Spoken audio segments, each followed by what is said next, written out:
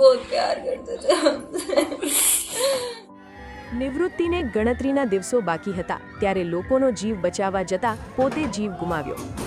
ફરીદાબાદના સૂરજકુંડ આંતરરાષ્ટ્રીય ક્રાફ્ટ મેળામાં સર્જાયેલી સુનામી રાઇડની દુર્ઘટનાએ સૌને હચમચાવી દીધા છે।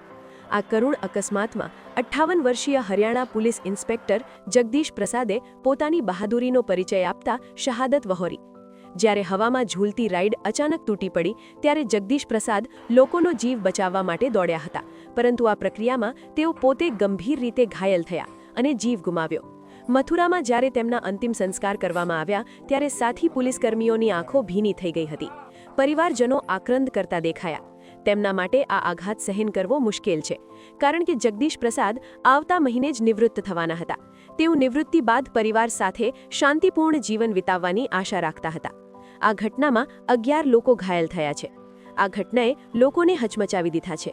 આપણા દેશમાં ઘરની બહાર પગ મૂકતા જ ક્યાંથી જોખમ આવી પડશે એનું અનુમાન લગાવવું મુશ્કેલ છે, છતાં લોકોને બચાવવા ગયેલા આ પોલીસ અધિકારીની ફરજ પરસ્તીને સલામ છે। बहुत प्यार करते थे हमसे, सबकी मदद करते थे, सबकी हेल्प करते थे।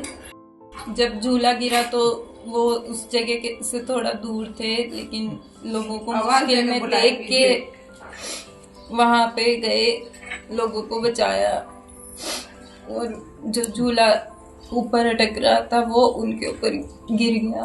गांव में ही घर बनाऊंगा, मुझे मम्मी पापा के पास रहना है। वो हमेशा यही कहते थे, मैं गांव में ही रहूंगा सबके साथ।